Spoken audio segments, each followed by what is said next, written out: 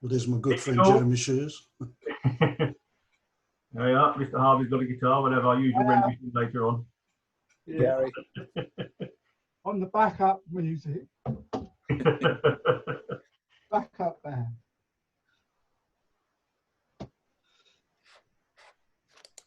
Move that over there.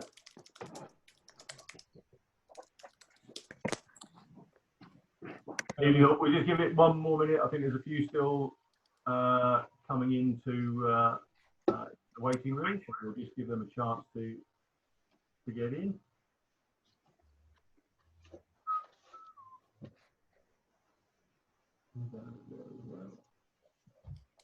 Good. Okay. In that case, then I think we will kick off. Okay, evening all. So I hope you've had a good week, and I hope some of you have been getting some views of the comet.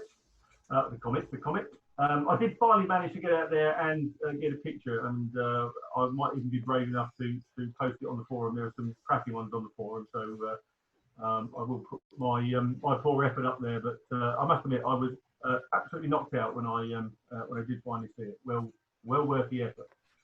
Okay, so tonight then we are delighted to have with us Gary Poyner.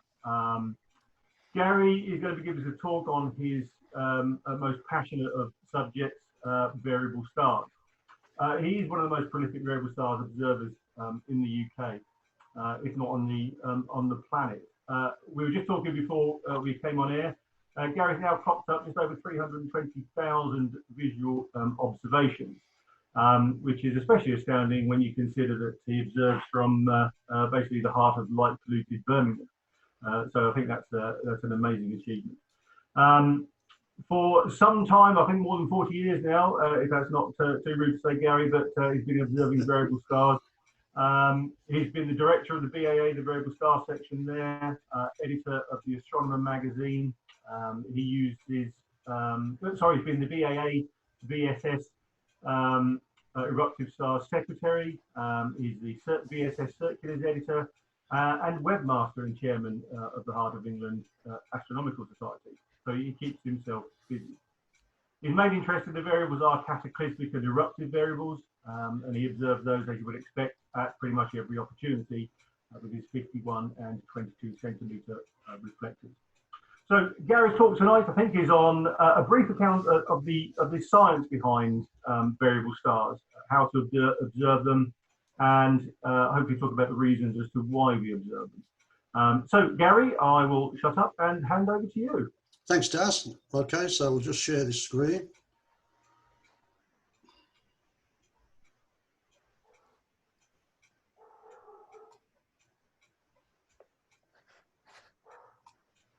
Okay, is everybody happy with that?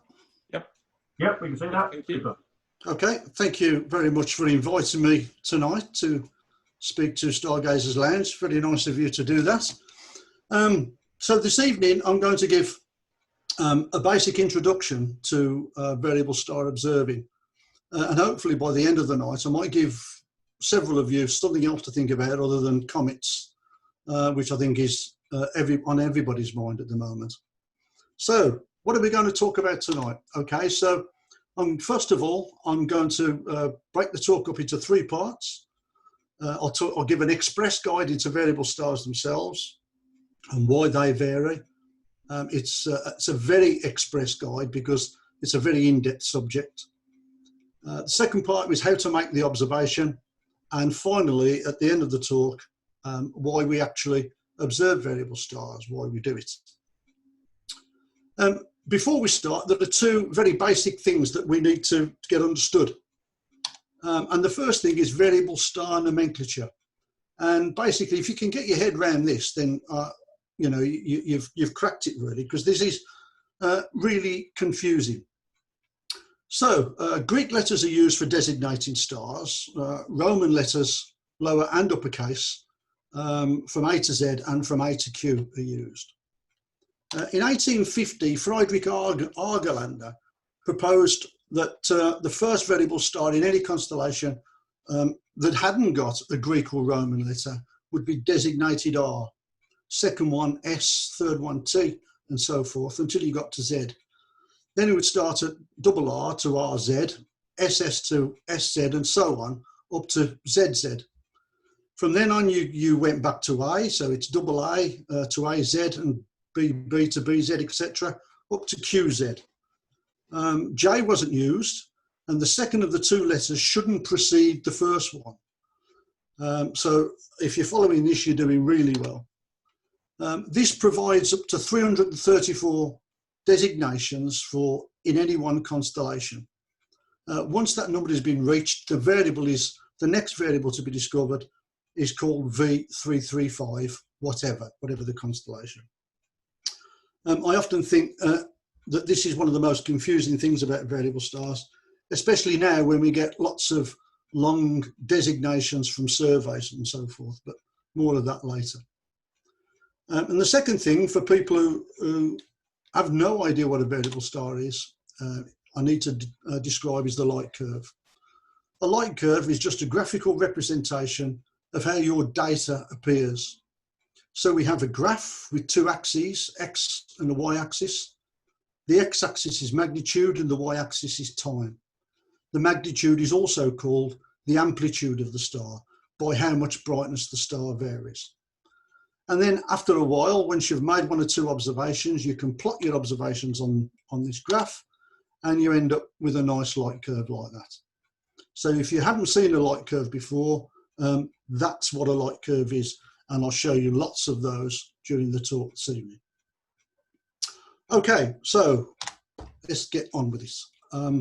If you're an amateur observer and you're interested in variables, you will, and you join the BAA and you talk to the director and so forth, the chances are that it'll be one of these types of variable stars that you will start observing first off. It'll either be an eclipsing star, pulsating, eruptive, or cataclysmic. Now, I'm going to talk about the last three in more detail, first of all. I'll also give a brief explanation to eclipsing stars.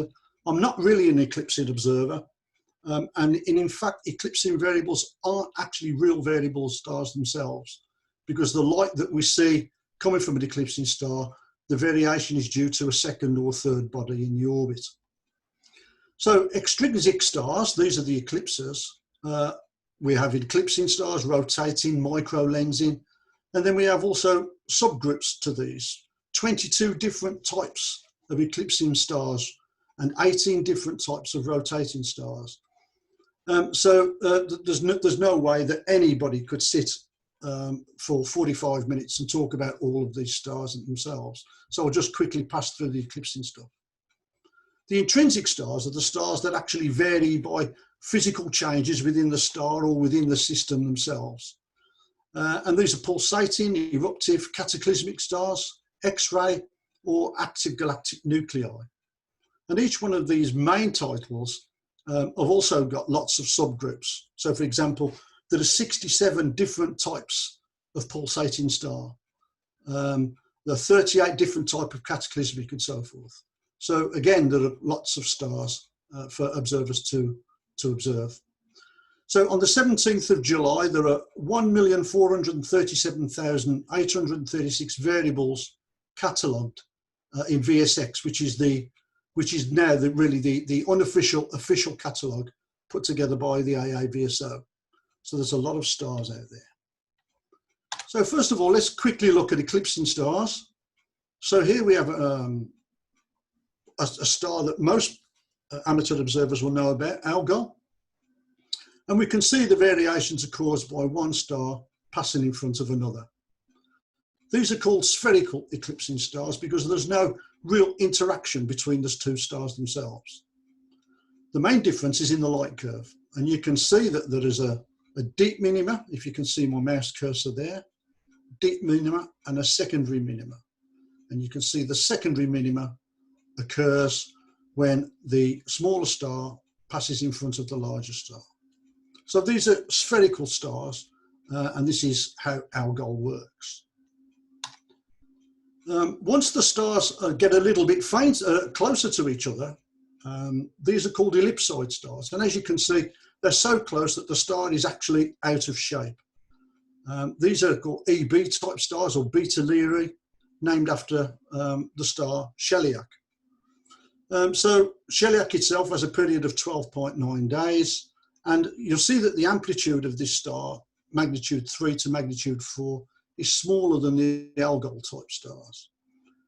The light curve is also very different because the shape of the star plays a big factor in the light that we see changing from the system. And then finally, the weirdest of all three, I think, is the contact binary, the W Ursa Majoris stars. And here we can see that the stars are in such close proximity to each other that the outer areas of the star, the outer atmospheres of the star, are actually in physical contact. And you can see how different the light curve is there as well.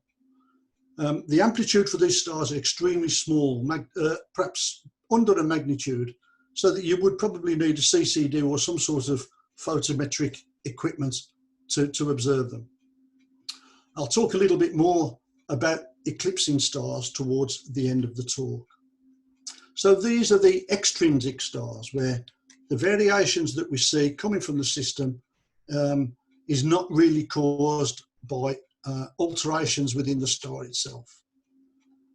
However, when we talk about pulsating stars, then we're talking about a completely different kettle of fish, really. So here we have a HR diagram, and it's this blue branch here, the asymptotic giant branch, where all the activity on these large stars occur. So again, the star enters the red giant phase once it leaves the main sequence. The helium burning halts the cooling process, and the star moves on this horizontal branch of the HR diagram here. At this point, the helium burning ends and the star moves to this AGB branch. These are for stars up to 10 solar masses. And once the star gets onto this AGB branch, the pulsations in the star begin. These stars are quite short-lived, and during this time, while the star's on the giant branch, it may lose up to about 70% of its mass in this AGB phase. So there are different phases of this asymptotic giant branch phase. The early one is probably the most interesting, where the helium fusion and carbon-oxygen core causes a thermal pulse within the star itself. There's also hydrogen still left in the outer layers of the star, and sometimes this exchanges with material on the inner layers, and you get a hydrogen and helium flip within the outer layers of the star. During this period, the outer layers of the star expand and contract, to maintain an equilibrium within the system itself. This is called the Kappa mechanism. And it's during this time that the luminosity varies with changing radius of the star. We can see this in action here. So this is an animation of the star. I think it's Chi Cygni. And this is data from the AAVSO. And what they've done, they've actually tied in the amateur data on the light curve with the pulsations of the star itself. And you can see something peculiar. The star is actually brightest while it's almost at maximum, and at its largest while it's declining to minimum.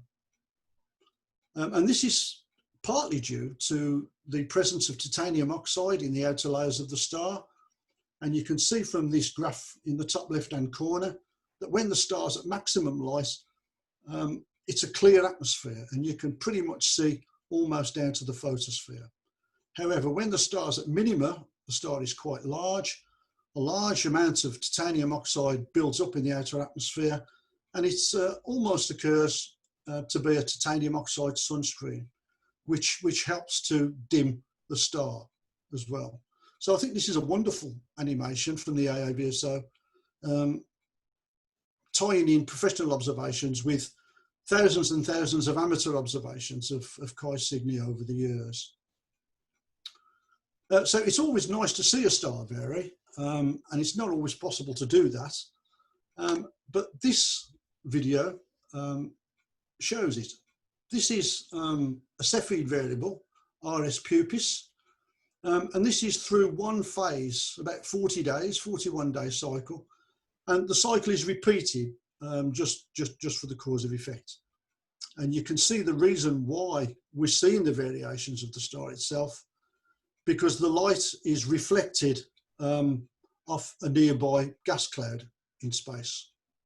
And this graph can explain it much better than I can. So there we're actually seeing a variable star vary. I think that's a fantastic, lovely GIF. Okay, so now for light curves. So when we go outside, we want to know what these things are doing when we're about to observe them. And light curves come in all different shapes and sizes. So basically, there are three main types of these AGB stars.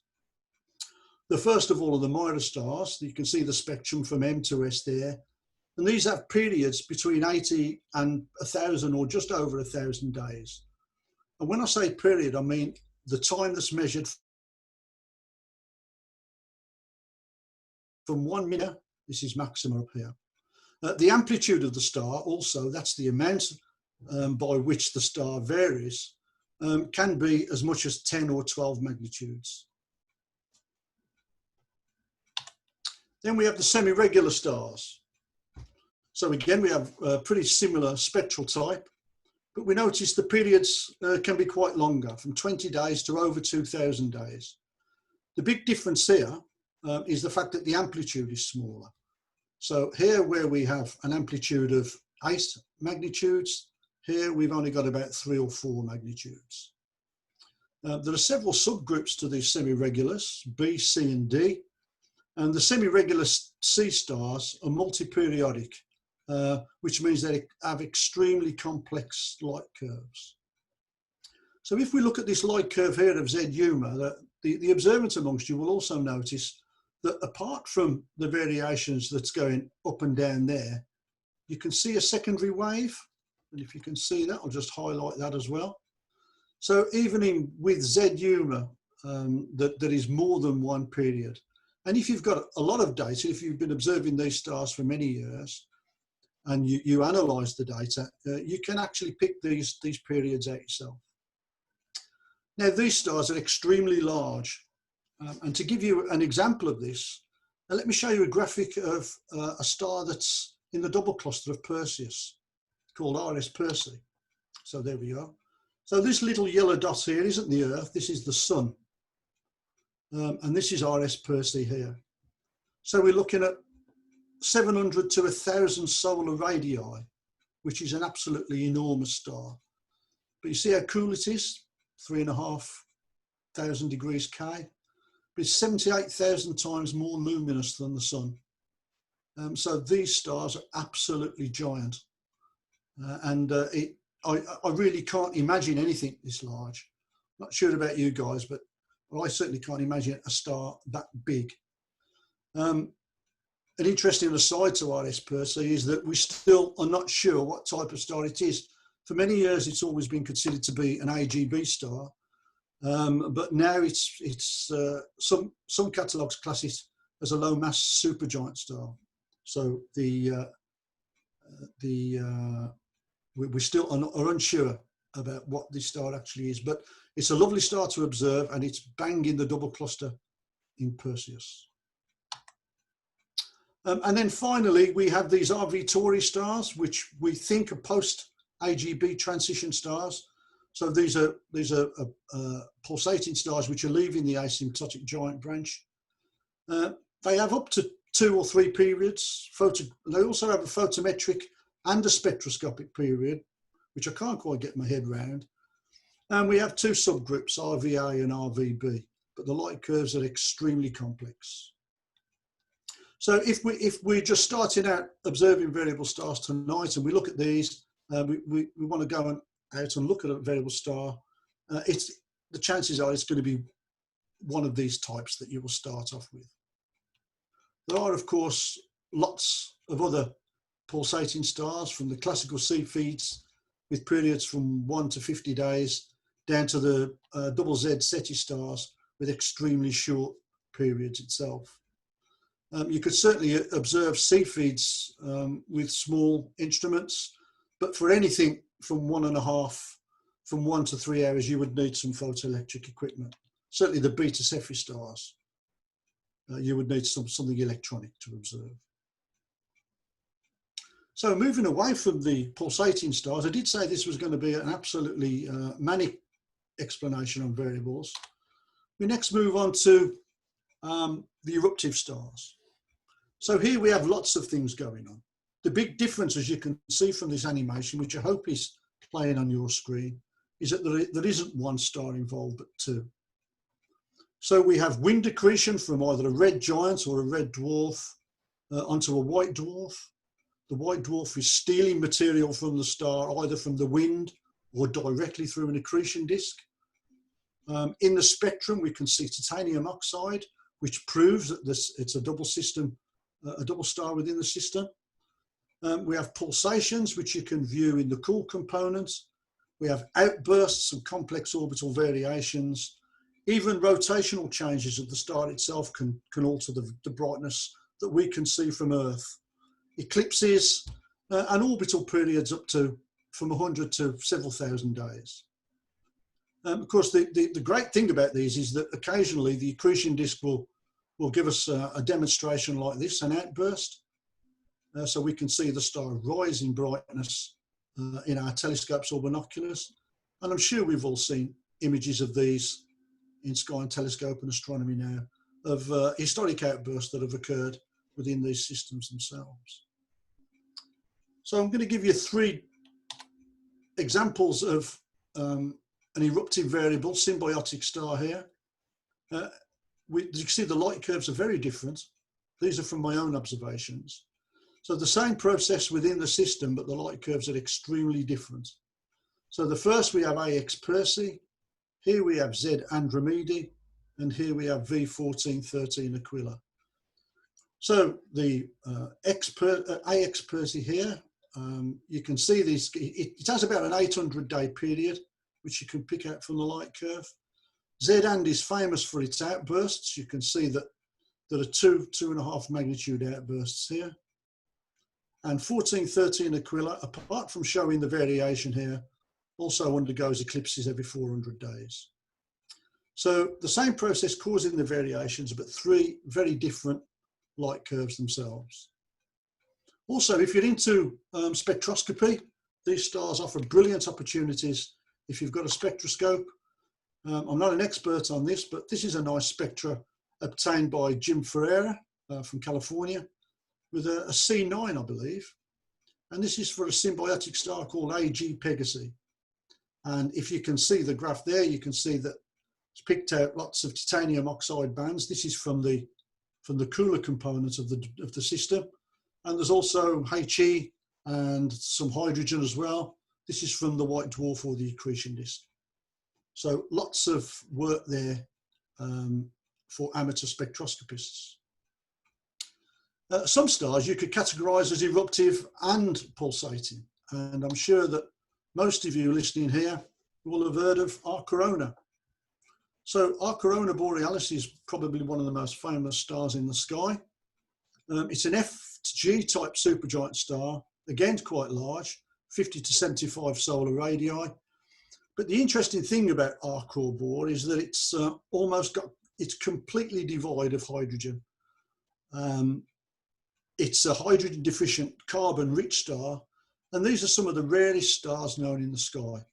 About 0.1% of all stars are hydrogen deficient. One of the difficult things, there's only about 50 observable from the UK, and there's probably just under of the 300 or 400 of these stars known in the entire sky, north and south. And one of the reasons is that can be very difficult to detect. You can see from the light curve here that they spend long periods at maximum brightness. So if you've got a survey monitoring an area of sky or a satellite, the chances are that you're going to observe it on one of these straight bits. So you just pass over and think it's a non-variable star. However, they do undergo these incredible dips over time, and this is caused through eclipsing from the star to the observer by huge carbon clouds which are ejected into the star at random intervals and random directions. So if you're an observer observing our Corona Borealis from the left, and this event that you can see on the graphic here occurs on this side, you're not going to see any change in the star's brightness at all. However, if you're observing from this side and you're looking at our Corona Borealis from this direction, you will see a fade there. And sometimes the fade can last a week, 2 weeks, 3 weeks. Other times it can last a long time. And our Corona Borealis is just recovering from a 12-year fade, where it tried a couple of times to get back up to maximum brightness, but it didn't make it. But it's nearly there now. So you never know how dense these carbon ejections are going to be. The interesting thing about these is what actually causes a star to be so hydrogen deficient. And there's always several theories as to why these stars are like they are. The most popular theory for RCB stars these days is called the double degenerate model. So here we have a binary white dwarf, a helium and a carbon oxygen white dwarf, and these two white dwarfs merge. The helium white dwarf is cannibalized by the more massive carbon oxygen white dwarf. So the helium from the helium white dwarf causes new nuclear reactions in the star. The carbon oxygen white dwarf star expands to become a helium burning giant. You can see from this graphic here how two stars can become one. And this is the most popular theory at the moment as to why these RCB stars are so rare. Rare or not, they're absolutely fantastic stars for amateur observers to observe. And for most of the time, a pair of binoculars will show you our Corona Borealis at magnitude 6. And the beauty about this is that you can observe it every single night. And you never quite know what our Corona Borealis is going to do from one night to the next.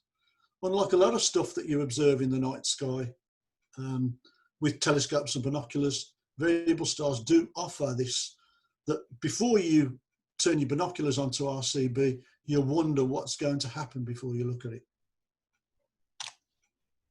Also, eruptive stars can be protostars as well. I've spent too long on this. But so these hot stars that haven't really formed into a proper star yet, and yet these are obviously planetary birth centers around these systems. And the reason why I mention this is the fact that they're extremely energetic, extremely chaotic. So you could go out one night and you can observe one of these stars at magnitude 11, and 24 hours later it could be 4 magnitudes fainter. And there's a lot of reasons why these stars are so chaotic in this. A lot of it is due to the accretion disk. Some of it is due to obscuration by nebula, by dust around the system itself. And these do make very exciting stars to observe. And finally, and the best category, in my opinion, are cataclysmic variables. I've been observing cataclysmic variables now for 45 years, and I never tire of observing them at all. So what have we got here? So we've got two systems. We've got a white dwarf and we've got a cooler star, probably a red dwarf maybe. I'll just stop that there. The trouble is when you stop these animations, you hope that it's going to start again. So anyway, so what's happening here is that the two systems are so close together that material is being dragged by the much denser white dwarf. And because of angular momentum, the material can't form directly onto the white dwarf, so it forms an accretion disk, which we can see here. And it's in this accretion disk that the light variations that we see in our small instruments are picked up. So this is a nice demonstration from Mark Garlick. As you can see, that the accretion disk is actually brightened. And the reasons for this are, well, let's say that in 1974, a Japanese observer called Osaki came up with a disk instability model. So mass transfer from the secondary is constant. Gas accumulates in the cool outer regions of the disk around here until a critical surface density is achieved. The disk brightens, and then eventually the disk will drown onto the white dwarf and it fades again. So in 1974, this seemed pretty straightforward. These days, when we see all sorts of peculiar things happening to the disk, it's pretty obvious that the disk doesn't always drain from each outburst. But I think probably that the mass transfer in about 80 or 90% of these systems is constant, but certainly mass transfer in some of these systems will also add to the variations within the stars themselves. The other thing is the incredible fast orbital period of these things. So the fastest star known is about 59.6 minutes. So that is incredible orbital period. And you can get from up 59, 60 minutes up to several hours and even several days for some of these systems. The other interesting thing is the size. This entire system would fit within the sun. So there's a picture of the sun. And here we would see a graphic of how a typical short period dwarf nova would appear. I think that's quite incredible. Certainly the orbital period is quite mind-boggling. So again, we have different types of light curves. We have the classical U Geminorum type light curve, named after the first star that was observed, that was detected in the 19th century. So we see here on this light curve, we have outbursts every 90 days or so. We have UGSU stars here, named after a particular star in Ursa Majoris called SU, Una. So as you can see, there are short outbursts, and every 5 or 6 outbursts, we have a longer one. These are called super outbursts. And then also we have systems that completely stop varying altogether. These are called UGZ stars. And you never know when these standstills are going to occur, and you never know when they're going to end. So they make great observing targets for observers. The most famous and the brightest is SS Cygni, which is very well placed for observing tonight, and it looks clear here at the moment. So hopefully I shall observe this myself.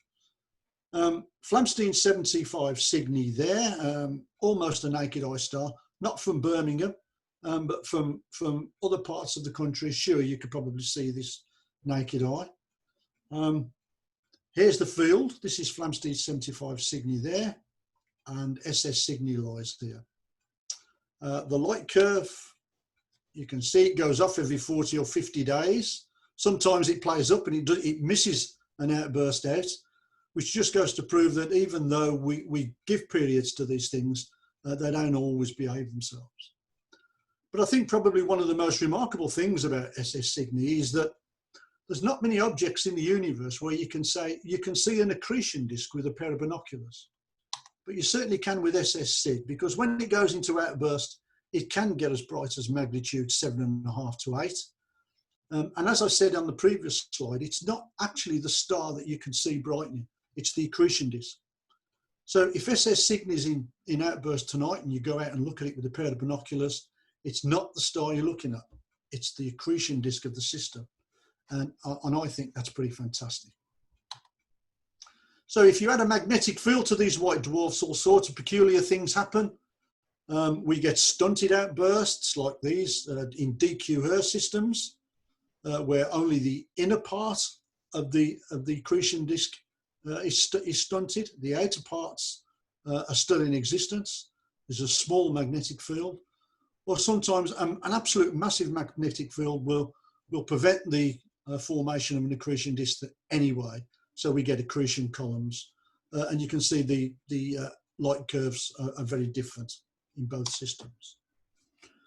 Novae are the end result really of the cataclysmic system. So here we have the primary is about 1 to 1.4 solar masses, not quite 1.4 solar masses. They can be magnetic, non-magnetic. You can have a main sequence star to a giant. These are orbital period dependent. Some of the secondaries have dust, some of them don't. The orbital periods range from about 100 minutes to 500 days. And the separation is much greater than that of a classical dwarf nova, up to 2,000 solar radii. So mass transfer supplies the white dwarf with fresh source of hydrogen, hydrogen layer forms on the white dwarf. The layer is compressed and heated until thermonuclear runaway occurs. The outer shell of the white dwarf explodes, and the shell becomes visible sometime after the outburst. It's usually picked up with large telescopes. So that is an express guide onto how a novae works.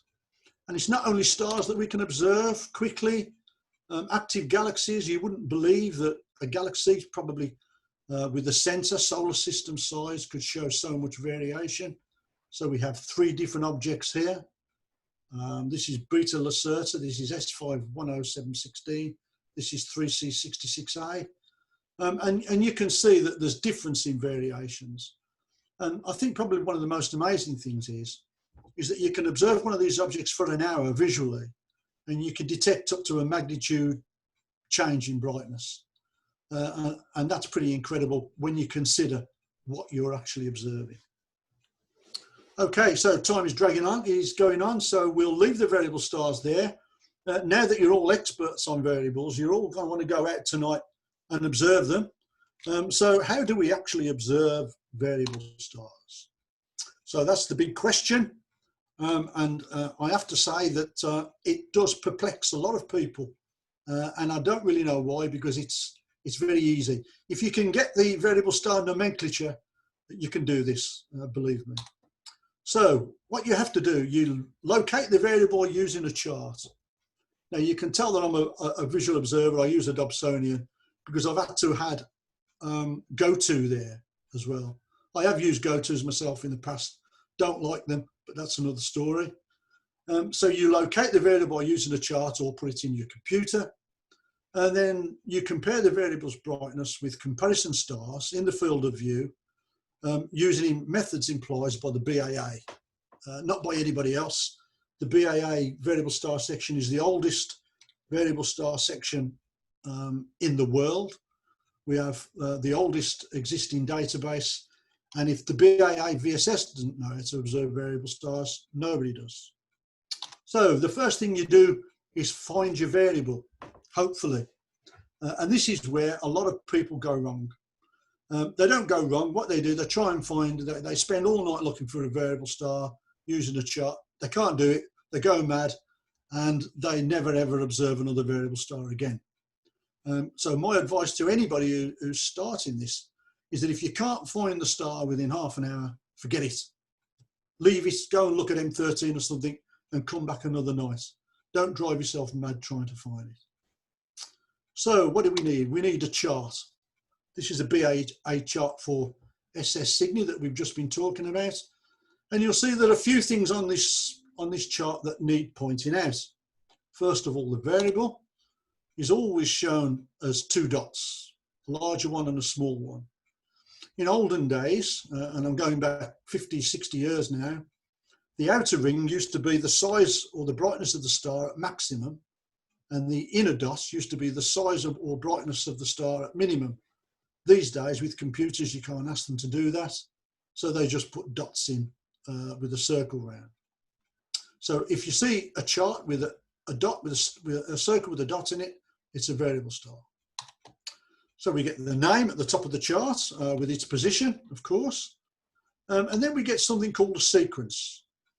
So a sequence is a series of stars within the field whose magnitudes are accurately known, and they are also non-variable stars. Because if you think about it, it's not a very good idea to compare a variable's brightness with that of another one. Otherwise, your data is going to be very strange. So you have to take our word for it that the stars in this chart are non-variable and they won't vary in brightness. So depending on where you get your chart from, they look quite different. This is an AAVSO chart for the same star. Most of the comparison stars are the same, but you'll see that the Americans put the actual magnitude on the chart themselves with minus the decimal points, otherwise that would confuse us even more. And whereas we have a sequence on the chart here, we have letters and a sequence, the Americans just put the magnitude on the chart. Other than that, there is no difference between the two charts at all. Still confused? Well, yes, you may well be, because it's one thing to go outside with the chart, now, unless you've got a go-to, of course, in which case 75% of the fun is taken away from you by the computer. So if you're hanging around, you know, and you've got your Dobsonian and you look at this chart and you've turned it round 50 or 60 times and you still can't find your chart, you start. There's a simple trick, and that's to orientate the chart to what you're looking through the eyepiece. So what you do, you switch off your drive, even if it's a 10 grand Paramount, switch it off, pull the plug, and you watch the stars move through the field of view. And whichever way the stars move is westwards. So you orientate your chart, point it west, and I guarantee that if you've been looking at this star for 15, 20 minutes and you haven't seen it, if you follow this method, the star will pop into view and you'll wonder what all the fuss was about. So turn the drive off. Better still, sell it and buy a Dobsonian. Okay, so now that we've found the star, and we're fairly happy, you know, we've been out like an hour, we've got the star, we've decided what star we're going to look for. Now we want to measure the star's brightness. And what we do, we compare the brightness with one or more non-variable comparison stars. The BAA used two methods, the fractional method and the Pogson step method. If you read any of Patrick Moore's old books, or even Sidgwick's old books from the 50s or the 60s, I'm giving away my age here, they will always tell you that the fractional method is the easiest method to use. Well, as somebody that's been observing these things for nearly 50 years, I can tell you it isn't. It can drive you to insanity sometimes. So I would say that the Pogson step method is probably the easiest method to use. But you should try them both and choose which method is best for you. So we're going to observe a variable star now. We're going to choose Z Ursa Majoris. And this is Megrez here, Delta Ursa Majoris, and the variable is in the field of Megrez. It's a nice star to observe. This is its light curve. It varies from about magnitude 6 to about magnitude 10 over a period of about 90 or 100 days. So it's a very nice star to observe. So how do we actually go about observing the star? Well, you must imagine that this is the view through your telescope eyepiece, except for the lines of the stars, of course, they are not there.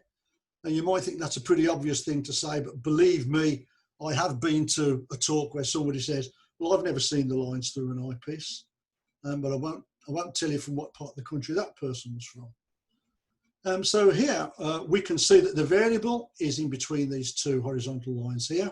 You can see how red it is from this photograph. It's an extremely difficult, if not impossible thing to make a variable star estimate from a photograph on a screen. So this is just a demonstration on how it's done. So I hope you agree with me that the variable looks fainter than star B, but a little bit brighter than star D. I hope that that looks okay to you. And what we're going to do now is we're going to make an estimate. And the first estimate we're going to make is with the Pogson step.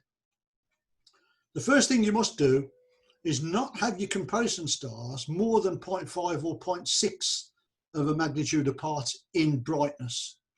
The bigger the difference, the larger the error that you will come up with at the end.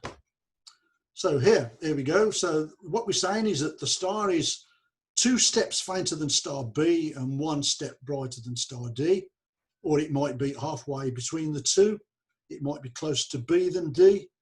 And when you've got a bit of experience, you might only decide to use just 1 star. That's perfectly okay. And that's all you do is write that in your notebook and away you go doing something else. So now we need to turn that estimate into a magnitude. So B minus 2, D plus 1. So here's the brightness of the stars, 7.3 and 7.9. B minus 2 is 7.3 minus 2 is 7.5. D plus 1 is 7.9 plus 1 is 7.8. You take the mean, the average, so that gives you a brightness of 7.7. It's hardly advanced mathematics. And when you've made, 20 or 30 of these estimates of a star like this, you won't even have to work them out because you'll know what B minus 2, D plus 1 is. The fractional method is a little bit different. Is what you do is you look at the two stars and then you mentally divide the brightness of the two stars into fractions. And this is a little bit more difficult. So here we've got star B and star D, and we've divided the brightness into a fraction of 3. And we've placed the variable closer to D than we have to B. So we would write that as B 2 steps away from the variable, 2 steps from B and 1 step from D. And we'd write it like that. Now then, to work that out, the difference is 0.6 between the two stars, 7.3 to 7.9. You divide it by 3 because this is the fraction that you've used. Multiply that by 2 because the variable is fainter than star B by 2 fractions that you've chosen. And then you add them together and it's added to B because it's fainter than B, and you get the magnitude as 7.7. The Pogson step method is the easiest to do. So if the variable appears the same brightness as a comparison star, you always record the faintest star that you can, you say V equals D or V equals 7.9, depending on which chart you're using. And if you can't see the variable, you must always record the faintest star that you can see. Because believe it or not, you may be the only observer in the Northern Hemisphere that's observing the star at that particular time. So even a negative observation can be very important. And you just write it as this, fainter than D, or if you're using an American chart, fainter than 7.9. So why is the estimate important? The BAA VSS have always included the estimate in their observations, and there's a very good reason for this. We don't just do it to create work for people. So here is an example of the BAA database from 100 years ago. So these are observations made during 1917, which are in the BAA VSS database. And you can see that the observers, what they've done is that they've included the star details as well as the magnitude that they've derived from them. Now then, obviously, as time progresses, we get better measuring techniques.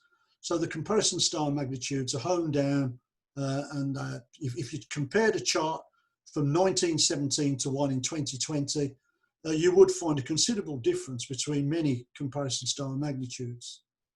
If the observer has included the estimate, it's very easy to run this data through a computer with old and new values for each star, and you can absolutely change thousands and thousands and thousands of data points within a couple of seconds. Without the estimate, you can't do that. So, sources of error. First one, alcohol. Never a good idea to observe when you're ratted.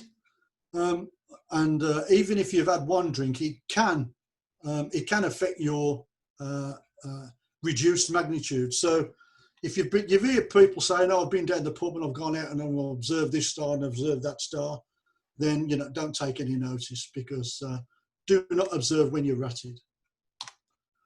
Averted vision. Now, a lot of people, if you're a visual observer, you'll know that averted vision is something that you use all the time. But it's never ceased to amaze me how many people use it the wrong way. So if you're right-eyed, if you observe with your right eye through an eyepiece, you must always move your eye to the right. If you're left eye, it's vice versa. And this is because that if you're right-eyed and you move it to the left side, then the photons are falling onto the dead spot of your eyeball where the optic nerve joins the back of your eye, and you're losing data, you're losing photons. So right-eyed, slightly up, slightly to the right. Each one of us has got a sweet spot for observing visually, and it's practice which picks this out. Now you might say, what about if I use binoculars? Well, you're really clever if you can do this with each eye. If your left eye up to the left and your right eye up to the right. I don't know any observer on the planet that can do that, but I'm sure somebody will tell me that there is one. If you're using binoculars to observe variable stars, then look slightly upwards with both eyes, and that will give you a benefit of some averted vision, but it's not as good as it was with the telescope. So bias and frequency of observations is very important. Moira stars, because they're slowly varying stars 2 or 3 times a month, Sometimes you get a minor star with a period of 600 days. You might only want to observe it twice a month. Semi-regular stars, which observe a little bit, which vary a little bit quicker, once a week, and cataclysmic variables every night. And if you find them active, observe them more than once a night. Too much instruments. Now this is a good one. So this is a light curve of a nova from my own observations, and I've just broken it up into how I observed it. So anything brighter than magnitude 9, I've used binoculars. From magnitude 9 to magnitude 14, I've used a 22 centimetre, and anything fainter than 14, I've used a larger telescope. Now, you wouldn't go straight in on a magnitude 9 star with a 20-inch telescope, but I do know people that's done it, and believe me, you can see their data sticks out like a sore thumb in the light curve. So try and get the right piece of equipment for the brightness of the star. Colour sensitivity is another one. When comparing a red star with a white star of equal brightness, the red star will always be estimated fainter when objects are near the limit of the telescope. And if both stars are bright, the red star will be estimated brighter. This is just something to do with the eye and the way the eye perceives colour. The way round this is to defocus both stars to make the estimate. Use short glimpses, never stare at a red star through an eyepiece. Position angle effects. This is something that observers don't tend to pay much attention to these days, visual observers. So if you've got two objects of an equal brightness, and one star is above another one, the star at the bottom will always appear brighter. Again, it's an optical illusion. But if you're making a magnitude estimate, this is a very important thing to take into consideration. So what you need to do is to either rotate your telescope or do some incredible yogi dancing act and try and get the star onto a horizontal line. And believe me or believe it or not, the star will reduce in brightness. Good fun to do that. Incorrect ID of variable. It's always important to look for a pattern rather than the star itself, because the star might not be visible. It might be fainter than what your eye can see. So look for patterns in the star as well. If you're observing variable stars in the ecliptic, look out for interlopers. You can see here, there's one here, look. And you can see how an asteroid can change a field completely with its presence. So you need to look out for that.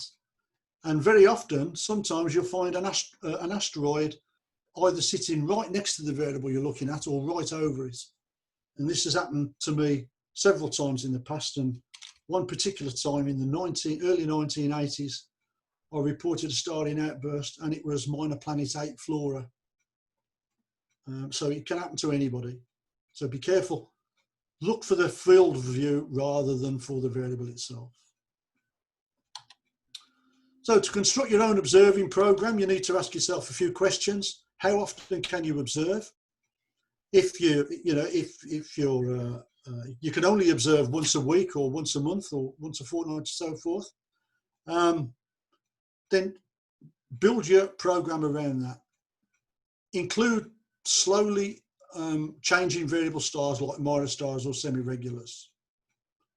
When you're starting off a program, do a little bit of research and choose which stars show some variation. Look at the BAA database.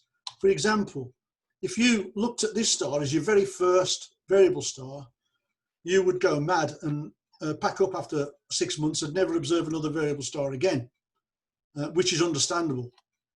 Choose something with a little bit of variation. Do your research. Match the target with aperture. If you've got an 8-inch telescope, don't look for a 17th magnitude dwarf nova. Again, do your research. There's catalogues on the BAA webpage, and try and fit the amplitude of the star with your aperture that you used. And it's important to know the limiting magnitude of your telescope from where you live. Once you know that, you can build a program. Don't start off with too many stars. 4 or 5 stars to start off with, maybe, and then you can build up and build up and build up. I've got about 500 stars on my program now. I observe perhaps 350 of them, But when I started off, I just started off with 3. So don't add too many stars because you'll do yourself some mental damage. The BAA offers observing programs for all sorts of observers. We have a Cataclysmic and Eruptive program, Pulsating stars, eclipsing binaries, novae, and even the dark side of astronomy, CCD observers are catered for. This is our web page here, and believe it or not, we also have an absolute beginners where we offer stars for spring, summer, autumn and winter, binocular and telescopic, and there are hints and tips on the web page which explain how to do it. Probably more easier than I've done tonight, and you don't get an annoying Brummie accent with it either. So there's the www address, britastro.org/BSS. Now then, how do you record these observations? Well, the spreadsheet was designed, I think it was designed by a variable star observer, because it's absolutely the best thing to record your observations with. So there's a typical spreadsheet, put all your observations in, and the beauty about spreadsheets is that it can provide you with light curves from your data, and also depending how you use them, you can use a spreadsheet for basic analysis as well. So spreadsheets are absolutely a must for recording variable star observations. The BAA has a spreadsheet that you can download. There it is on the right there. And if you're a Luddite, and there's a visual observation form if you haven't got a computer. If you haven't got a computer, you won't be watching this, so I can say anything I like about you. So if you're a Luddite and you don't know anything about computers, we do have a form where you can actually send it in, and some per person has then got to type in your data for you. But we do have people like this, and thankfully that they do a great job. So this spreadsheet here, you can download this, put all your data, and then you can upload your data via this spreadsheet to our database. There it is. And from this database, it takes a second to upload 100 observations. It's really, really quick. It'll do CCD and visual. And then from the database, you can even pick out light curves, highlight your own observations. You can do this right back to where our data starts in the 19th century. The BAA VSS database is absolutely fantastic. Now then, if you're not a visual observer, if you're a CCD man, you're going to wonder what the hell I'm on about. So just for you, I've put this in. This is how to make a CCD observation. I have made about 50,000 CCD observations of stars. Well, I've not actually made them, I've measured them. I do all my CCD observing using remote telescopes. So I've never actually done a CCD observation. So basically what you do is you use a bit of softwares like MuniWin, or this is AIP for Win, and you highlight the variable star there, you highlight, you highlight a comparison star and a check star, and then it gives you a difference between the variable and the comparison. This is called a differential magnitude. You can choose as many stars as you like, and that's how you get a CCD measure. And that's all I'm going to talk about the dark side tonight. What time is it? Okay, so nearly finished now. Why do we actually do it? Well, we must remember that we do this because we're amateur astronomers, and it's fun. It's absolutely great fun to do. And variable star observing can be, well, it's a bug. You ask my wife. It's an absolute bug. You can't, once you start observing it, you can't stop. You learn the sky. I should have put a caveat there. You only learn the sky if you don't use a go-to. You don't learn anything when you use a go-to, and I do know this because I have used one for, I did use one for many years. I had one of the first Mead 14s in the UK. I used it for 7 or 8 years, and then I sold it because I was fed up. It was finding stars in the sky where I had absolutely no idea where they were. So I sold it and bought another Dobsonian, and it's more fun for me that way. Variable star observing improves your observing skills. It certainly does. You'll find that if you can make faint variable star estimates, you can pick out faint detail on planets and so forth. So it does observe. It trains your eye to observe faint detail. And it also keeps us disciplined in keeping logs and records. And I tend to write down everything that I see in the night sky. And that's, I think, because variable stars has taught me how to do that. The big question is, can our observations be of real value to science? And I think a lot of people ask this. And the answer is yes. So first of all, naked eye, and if you've got a DSLR camera, there is an eclipsing star. You can see from this graph here that this is the period of algal over the last 250 years. Now, if the period was static, it would just be a line across here.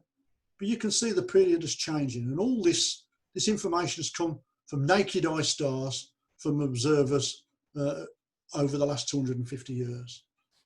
And this is a typical naked eye eclipse of algal.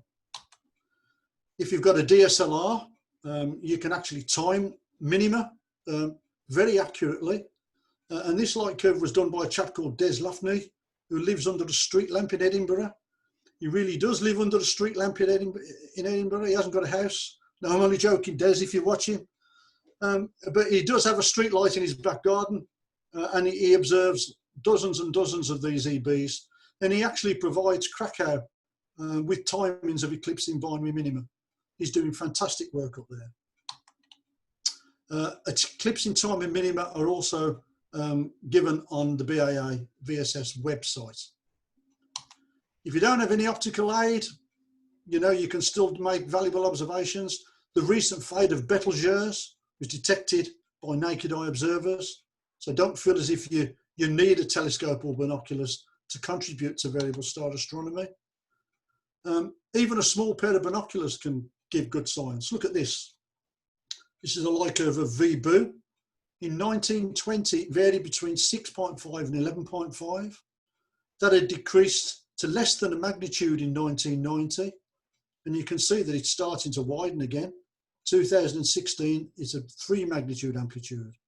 All this data is made by observers with binoculars.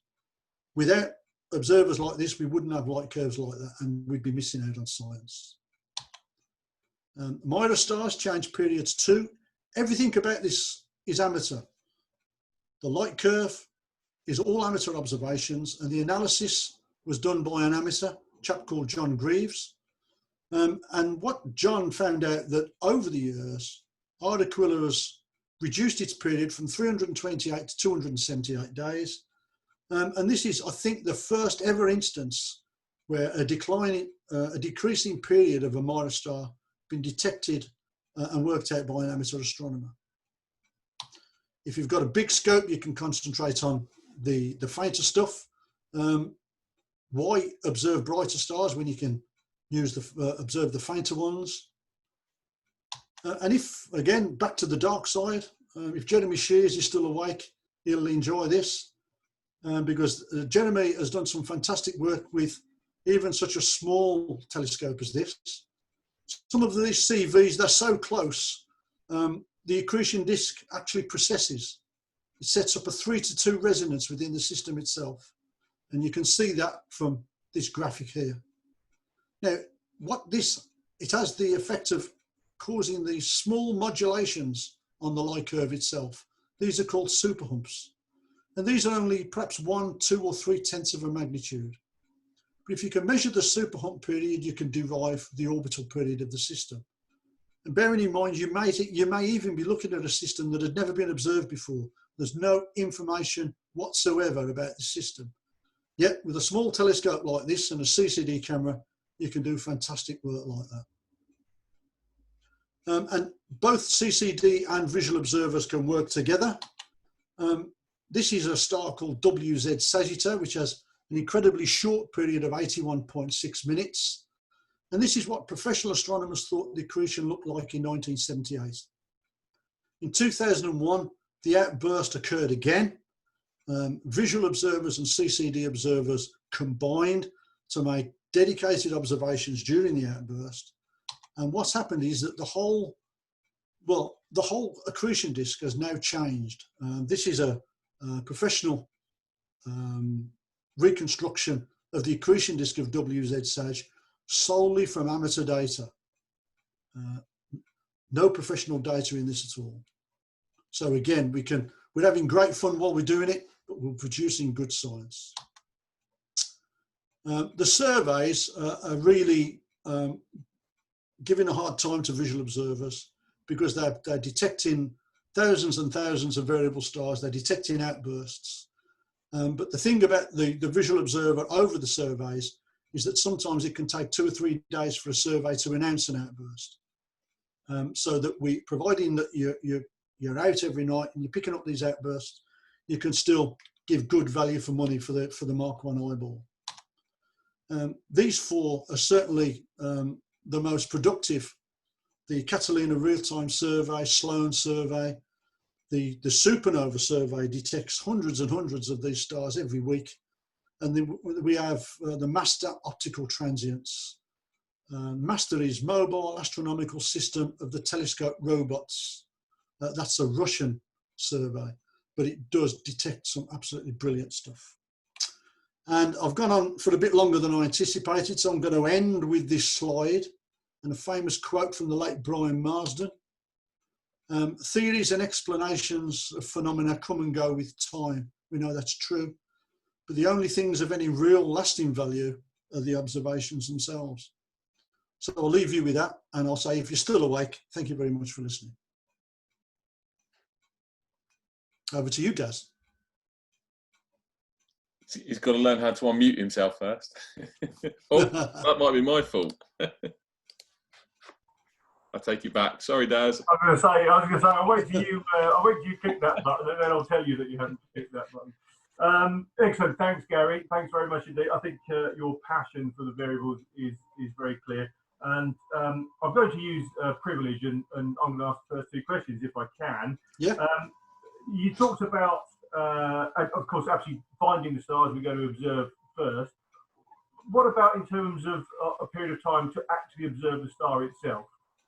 Okay, so obviously, if you're doing this for the first time, you're going to spend 4 to 5 minutes making sure that you've made the right observation. That's the wrong thing to do.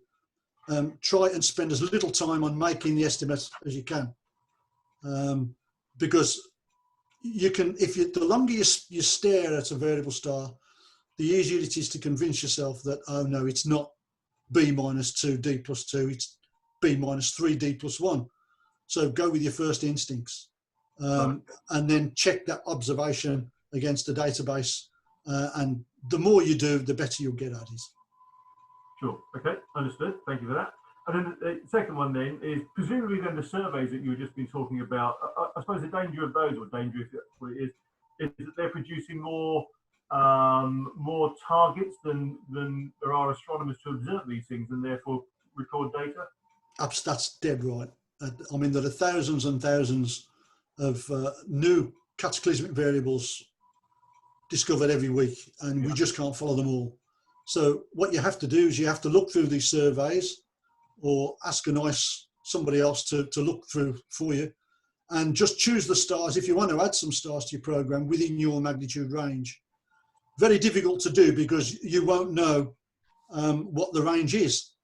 So you'll know how bright the star is that the survey's detected it at once it's announced it, and that will give you some idea of how bright these stars are.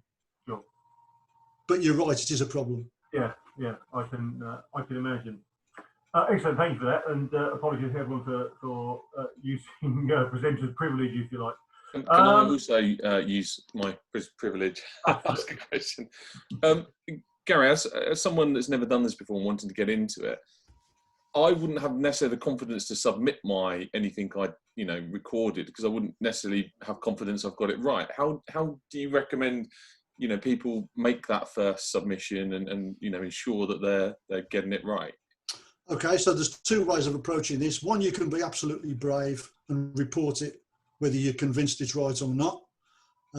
Or what you can do is check the database after you've made the observation and see whereabouts on the light curve your observation lies. And I guarantee 95% of people will be within half a magnitude of the mean. It's not that difficult to do. And once you've done that a few times, you'll get confidence then to report it to the BAA. So, that's not a problem. Just make sure you don't go and look at the light curve before you go out and look at the variable, because that's where bias comes in. Okay, that's an interesting point. Yeah, okay. Yeah, okay. Is that it, Grant? Are you used up your privileges? Righto, let's go to the members then. And I think the first one to ask the question then was Ian, X6 gas. I think the trick is to press the space bar, isn't it, to unmute yourself? Yes. There we go. Thank you very much, Gary. That was a really, really interesting talk. And as somebody that basically mostly does deep sky astrophotography, I nonetheless enjoyed it a great deal. Good. I was just wondering, maybe I missed something, but did you say that the presence of titanium oxide proves that it's a binary system? And if so, why is that? Okay, so what you could, once you look at a spectrum of a symbiotic star, you will see the presence of hydrogen from the white dwarf. But if you also see titanium oxide in the spectrum itself, that means that there's a cooler star present within the system. I see. Jolly good. Merlin, I'm not sure if that's a question about Betelgeuse. Shall I stop sharing? I've stopped it for you, Gary. Okay, thanks, Grant. Yeah, cheers. No worries, no worries. Where are you? Merlin, ask your question. Yeah, can you hear me okay? Yes, Yep. yeah. Yeah, I was just going to say, when you heard on the media at the end of the last year about Betelgeuse dimming, did you do a very large eye roll and thought, oh no, here we go again? Well, the BBC and lots of other media people said that it was going to go supernova. And I think only the BBC thought that it was going to go supernova. Anybody with half a brain cell knew that it wasn't going to go supernova. But we were all very interested in what it was going to do. Even from light polluted Birmingham, it was an interesting thing to follow naked eye. We wasn't surprised when it didn't brighten, because one of the things is that it's extremely rare, if not, it's never been seen before, for a star to fade before it goes supernova. Because a supernova event is such an instantaneous thing that it would be very unusual for a star to fade. So initially we thought is because Betelgeuse has got lots of different periods, we thought that all these various periods were in phase with each other. So it was undergoing a classic standard phase, fading event, but because of the unusual alignment of all the different periods that the star was going through, this is why it was deeper. And that was our initial thought. But then, they found out that there's a lot of dust in the atmosphere. And so basically it was the same sort of thing that occurs with an RCB star. Could I tag a quick question onto that? Yeah, sure. I think there was another variable star that was in the news recently within the last 6 months. I reckon it dimmed by 30%, and they reckon that there was some type of, some wacky outlandish tinfoil hat where it suggested that it had some artificial structures that got in the way of it. Yeah. And I was thinking, Tabby star or something like that, was it? Yeah, I was thinking, oh, here we go again. Yeah. They're probably talking about a Dyson sphere. Or something. Dyson sphere, yeah. Yeah, well, I don't think I'm on shaky ground here in saying that it probably wasn't a Dyson sphere. No, and I think that was probably a dust event as well. Okay, thanks. Yeah, okay, cheers. Excellent. Happy Cats, good evening to you, regular viewer on our sessions. Yeah, do you want to ask your question? Muted. Okay, perhaps not. Okay, so in that case, I will ask it for you. So he says, wouldn't increasing light pollution and plane trails mean that there is a trend in data, but comparing to 1917 is relative? But can it be assumed, oh dear, it is an absolute comparison as environmental factors have changed? Right, okay, so basically what you're saying is that light pollution in the 21st century is causing differences in the results from the late 19th, early 20th. Yep. I think that's what it's saying. Yeah. No, Okay. So yeah, well, that's a fair point. But what you have to consider is that you're looking at an extremely small area of space, 20 arc minutes, maybe 30 arc minutes. So, and anything over that period, over that small area of space, I don't think is going to be changed by that much. The greatest problem is the difference in the comparison star magnitudes themselves. I was going to say, he then makes a follow-up comment that says, perhaps the neighbouring measured stars provides that control regardless of the condition. Yeah, absolutely, because what's affected on the variable will also be affected on the comparison stars as well. Yeah. Yeah. I know that from a fact living in Birmingham, light pollution. You can't tell me much about light pollution. Again, from the article in the Sky at Night way back when, it was you were living in light polluted Birmingham then, so it can't have caused you to move if No, it's not really that effective. I was born within a quarter of a mile of where I'm sitting. I'm not moved away. Yeah. Actually, I do have another question. So, presumably with your observations, Gary, this is just straight through with the eyepiece. You haven't got any filters in the way to enhance or do anything else. No, what you're trying to do, especially in light polluted, you're trying to get as many photons in the eyepiece and into your eye as you can. So the last thing you do is put filters on. If you're on the dark side and you're using CCD cameras, then you'd use filters. Do you always use the same eyepiece? Well, I've got lots of eyepieces, but I just use 3. And I always use those 3 eyepieces. I've got a 6mm eyepiece on a really good night when there's a northern polar wind that can get me to magnitude 17 visual. And then depending on the type of star that I'm looking for, will be, a wide field eyepiece or medium, so forth. But I mean, I've got hundreds of eyepieces like everybody else, but I only use 3. I can't use eyepieces. That flipping great red camera's in the way. But so another question, then, Gary. Sorry, everybody. So presumably, Gary, you're not using charts, having had 1 or 2 years' experience with this, then. Yeah, no. So I've got about 500 charts in my observatory, but I don't use them because I've memorised the positions of all the stars and the positions and magnitudes of all the comparison stars as well. And the only time I use a chart these days is when I add a new star to my program. And once I've observed it 2 or 3 times, then I'll remember it. So you are literally just swinging the scope round, look at the star, 6.4, onto the next one, 3.6, onto the next one. Yeah, a bit fainter than that. I mean, I concentrate on the fainter stuff. So I'm doing sort of in the range of like 14 to 17th magnitude visual. Sure. And I can probably do about 150, 200 in a night. How many stars do you have in your program overall? I've got about 500 charts. I've got 500 stars, but about 250, maybe 300 stars on my active program. And does anything cause a star to come off of your program, or what causes a star to go on your program? Is there a? It's very difficult to drop a star from your program when you've been observing it for donkey's years. So no, that's one of the problems. You don't tend to drop them. But with all these surveys, they're introducing exciting new stars, especially if they're cataclysmic variables. So I run a few CV sites, and once I pick up on something, then I add it to my program and away I go. The other thing is that you might have to make many, many years of negative observations. You're just staring into blank space. It's happened before, 10, 12 years negative, you're not seeing anything.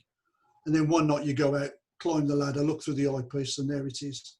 And all that 12 years of wasted time seems worth it. It's a great feeling. I can't describe it, or can't describe it. But as you said earlier, Gary, even a negative observation is a valid observation, isn't it? Absolutely, especially if you're observing faint CVs, because you might be the only person on the planet observing at that time. And then 12 hours later, the star might be active, and it might be rising. But at least you've got a lower level limit of the star. So always record your negative observation. What do you, with the short period ones, how frustrating is the UK weather? Does that not really mess things up? Yeah, drives you mad. And this is one of the great things about reporting your observations to somewhere like the BAA, because we get about, on average, 120 clear nights in Birmingham a year. And obviously, so you're missing 240. Whereas somebody 40 miles west of me in Shropshire will probably get 200 clear nights a year. So if you're pooling all this data, at the end of the day, it's the light curve that you're after, not your light curve, but as complete a light curve as you can get. So if you're pooling the data, then it's all worthwhile. But it is very frustrating. In fact, Eva just asked another, or made another point about it being cloudier in Brum than perhaps you make it seem, but I think that's answered that. Yeah, it's about, on average, about 120 clear nights a year. It can be as low as 70 or 80. I think the most I've ever had was 1995, was it? And that was 155 clear nights, I think. Never had it higher than that. Wow. And that's I'm over 60 now. I've been observing for 55 years, and I've got weather records for most of those years. So that's about the record for Brum. I think that's amazing in itself. Yeah. Ron Kelly says current record for Shropshire is two clear nights in the last month. Tonight is the third. Shropshire, okay. Scotland, it's worse. I've just seen on the screen. Yes, yeah, absolutely. Yeah, I can believe that. I can believe that. Yeah, indeed. Okay, Gary, thanks very much indeed. I think as you said, you've gone on through it for a long time, and that's much appreciated. We love your passion, we really do. Having seen you several times, talk several times before, that passion is not diminishing. Clearly, you love to share that passion. So thanks very much indeed. Again. Thanks, Des. Well, cheers, mate. Also, I think it's very inspiring as well. It's making me want to get an eyepiece out. So thank you very much, Gary. Thank you, and thank you for inviting me. Cheers. You're very welcome. Very welcome indeed. Bye, everyone. Cheers, Gary. Just before we disappear, I was just going to let everyone know that next week we've got Mabula Haverkamp from Astral Pixel Processor coming along to give us an overview of Astral Pixel Processor and do a bit of a demo and a Q&A. So that's next Sunday. Excellent, Gary. Just to finish off, we'll post up links to the BAA variable star sites and all the other stuff you mentioned before. We do that for all our speakers when they oddly, there's no book to sell or anything. Usually there's a book to follow, but just a hint. Perhaps you want to think about that. No, thank you very much. Thank you very much, Gary. Yeah, bye, everyone. Night, everybody. Bye, all. Thank you. Next week.